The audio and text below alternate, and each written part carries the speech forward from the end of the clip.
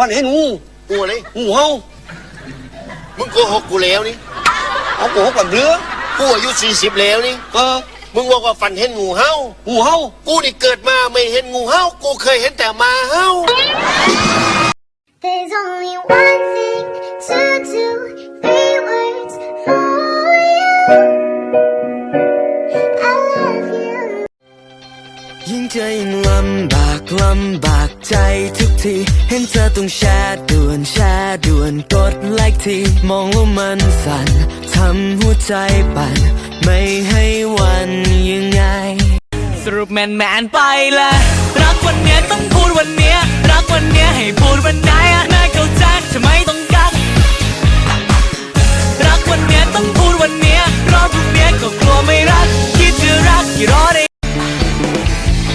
เศร้าเงียวแล้วครับเศร้าเงียวใจบอลแล้วครับเศร้าใจแล้วครับเศร้าใจแป้มเพิ่นแล้วครับเอาสันบอมาเป็นแฟนกับไอ้บอเอาสันบอก็แล้วจะเป็นไปได้ไหมเธอเรียกฉันว่าสามีก็เอานะไม่ต้องอายมาเรียกอย่างที่ว่าสามีและฉันจะเรียกคนเดียวว่าเมียจ้าเรียกแค่เธอคนเดียวว่าเมียจ้ามีเพียงแค่เธอกับฉันอยากให้เธอที่รักแต่เธอไม่ต้องมารักอีกไม่กี่ใจเราคิดถึงเธอขอวอนเธอฟ้าช่วยสั่งให้ฝนหยุดหัวใจมันฉันหยุดไม่มีสักคนเคียงข้างกายฟ้าช่วยสั่งให้ฝนยังสลายคืนนี้เหงาจะตายไม่มีใครเลยสักคนให้กอดไม่ได้เธอไม่ได้แล้วหัวใจก็เธอดึงดูดขนาดนี้ว่ายิ่งได้ใกล้เธอคนดียิ่งมีใจเธอให้ปรึกษาแนมหมอพอสิมีบ่อ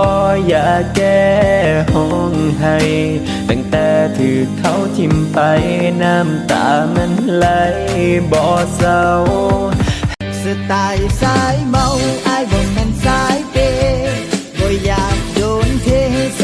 มาหาอายที่เมาใจดีบ่เคยสิหลอกใคร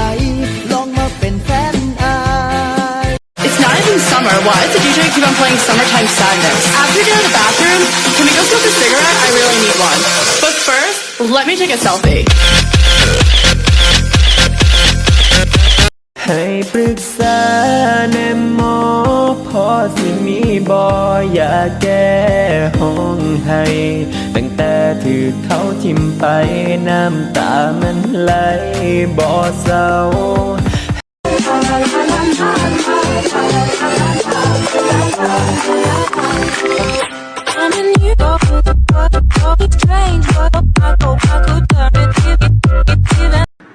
แก่สุดแรงอ่ะแล้วไงแก่แล้วไงแก่แล้วรักล่ะรักดิก็เคยบอกไปแล้วนี่